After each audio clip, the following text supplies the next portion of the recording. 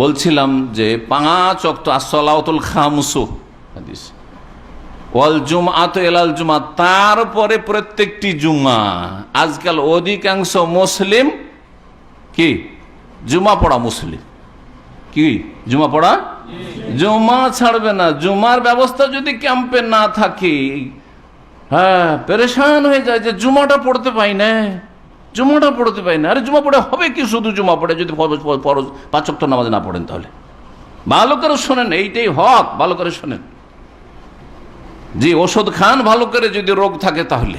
জি, ওষুধ খেতে, ওষুধ মিষ্টি লাগে না, ওষুধ তিতা লাগে, কথা বোঝা গেছে? কিন্তু এই তিতা ওষুধ আপনার উপকারে আসবে। তিতা ওষুধ যদি ভালো করে খেয়ে নিতে পারেন তা আপনার রোগ ভালো হয়ে যাবে। আল্লাহর রাস্তে ভালো করে শুনে রাখেন। আর সলাওয়াতুল খামস, আগে 5 ওয়াক্ত নামাজ, ওয়াল জুমআতু ইলাল জুমআ, তারপরে জুমা টু জুমা, সব জুমাগুলি, ও রমাদান ইলা রমাদান, তারপরে প্রত্যেকটা রমজানের রোজা ঠিক রাখেন, সিয়াম ঠিক রাখেন। কারণ এগুলো আমির গরিব সবাইকে করতে হবে, তাই না?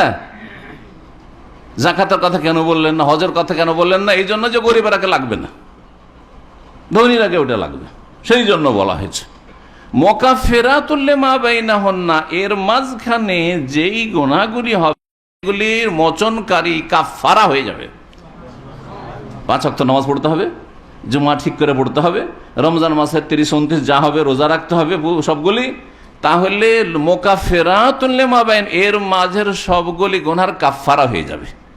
শর্ত, গুনাহ মানে চুরি, ডাকাতি, বেঈমানি, আত্মসাৎ, হ্যাঁ, আর বুলুফুলি সব মাফ হয়ে যাবে।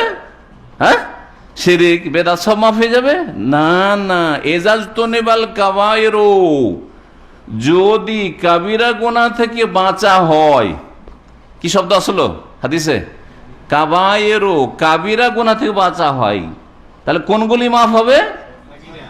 সাগিরা, ছোটখাটো গুনাহ 5 ওয়াক্ত নামাজ দিয়ে মাফ হবে, উজু দিয়ে মাফ হবে, ধুয়ে মুছে সাফ হবে, জুমা দিয়ে মাফ হবে, রমজানের রোজা দিয়ে মাফ হবে, রমজানের তারাবি দিয়ে মাফ হবে, লাইলাতুল কাদার দিয়ে মাফ হবে। এরকম বহু নেকির রাস্তা রয়েছে যেগুলি দিয়ে সাগিরা ছোটখাটো গুনাহ মাফ হবে।